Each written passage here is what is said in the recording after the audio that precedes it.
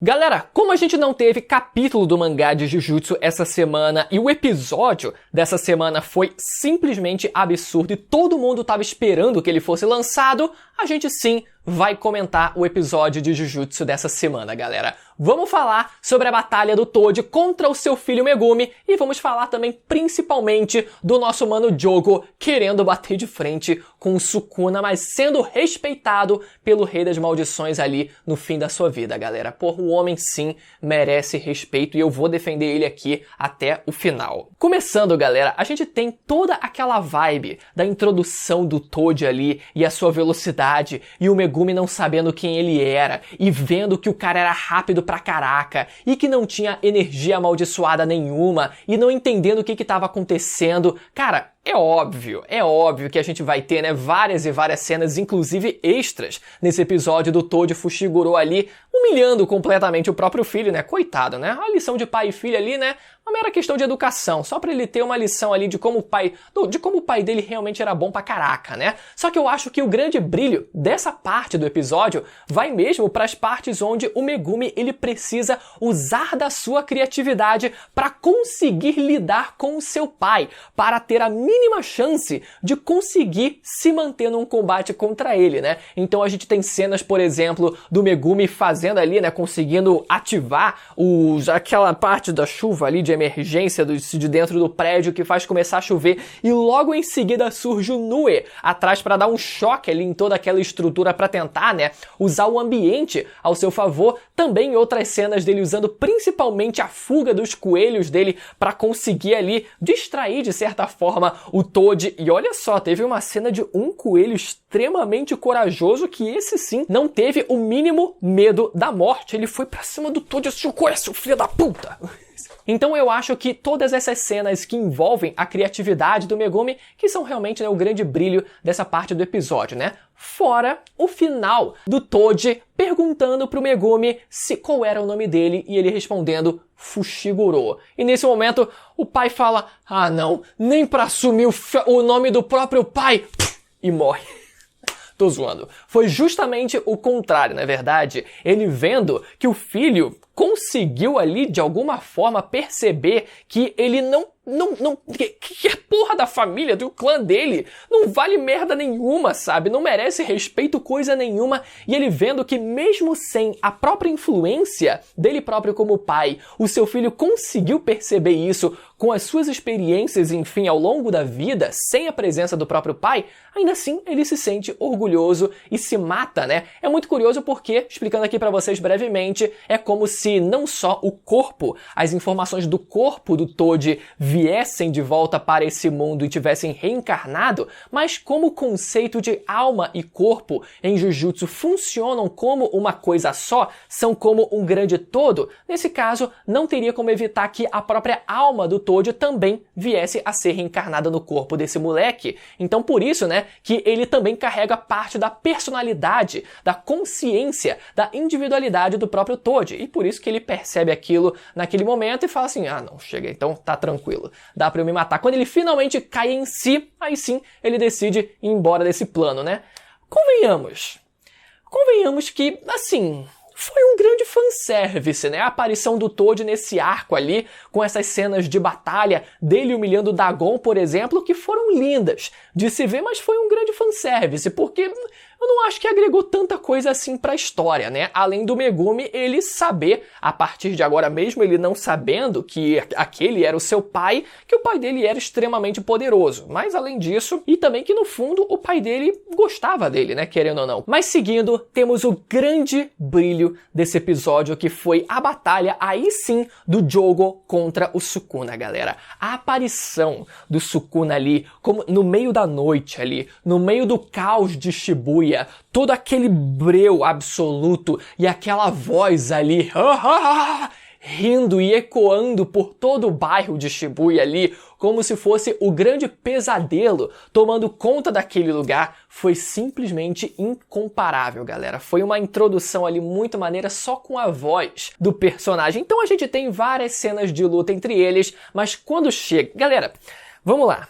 O Jogo é aquele típico personagem que, a princípio, ele parece aquele personagem fracote, mas no fundo e na real ele nunca foi. Ele só parece esse personagem fracote por ele ter enfrentado lá na primeira temporada o Satoru Gojo e agora na segunda temporada ter enfrentado o próprio Sukuna e no fim tendo acabado morrendo, né? Então não é por isso que ele vai ser considerado alguém fraco. Inclusive, né, o Jogo, ele tem o mesmo dublador do Bug em One Piece, que é justamente esse típico personagem fracote que todo mundo ao seu redor, né, pelo menos algumas pessoas ao seu redor, pensam que ele é forte quando ele na verdade não é. Só que o Jogo, ele tá meio que entre essa perspectiva das pessoas se ele é forte ou se ele não é, sabe? Só que com esse arco, com esses últimos episódios, a gente tem a total certeza de que ele é sim extremamente poderoso. A gente viu no episódio passado o cara fazendo fila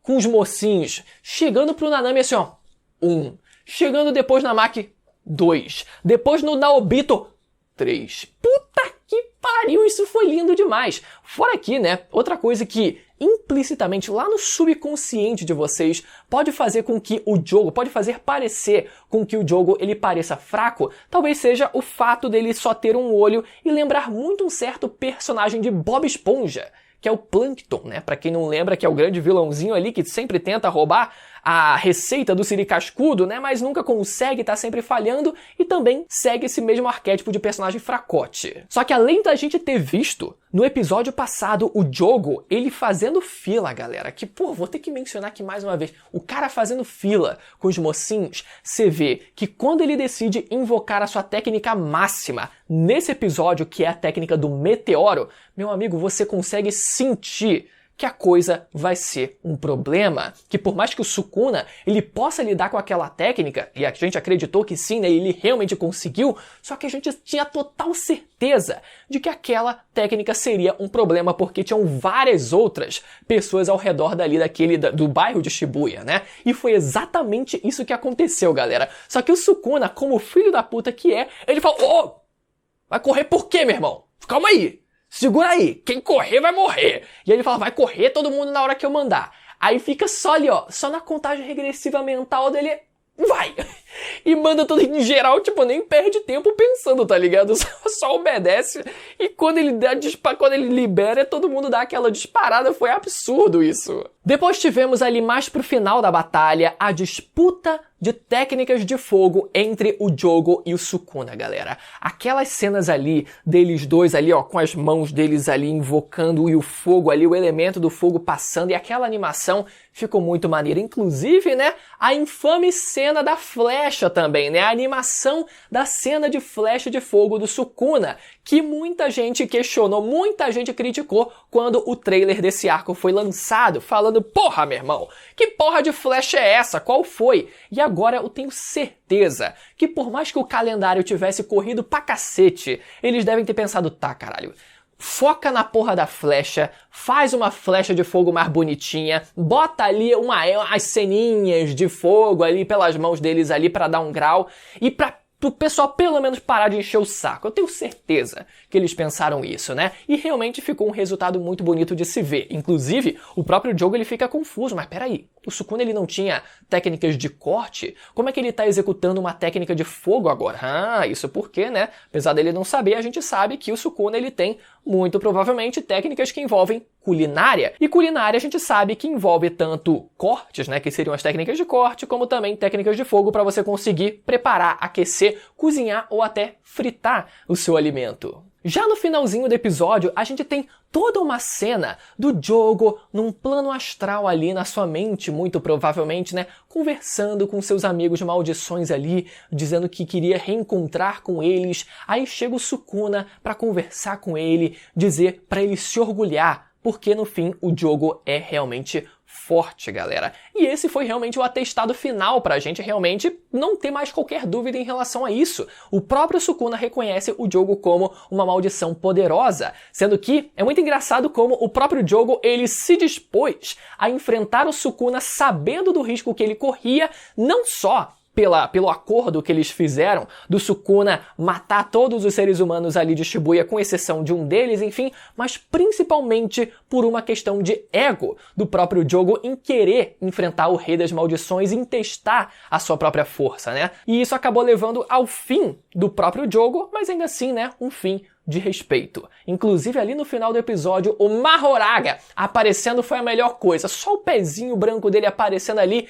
E eu só consegui pensar o seguinte: a gente não pode tirar um segundo o olho do Megumi, que se a gente se distrai dele, ele já tá lá.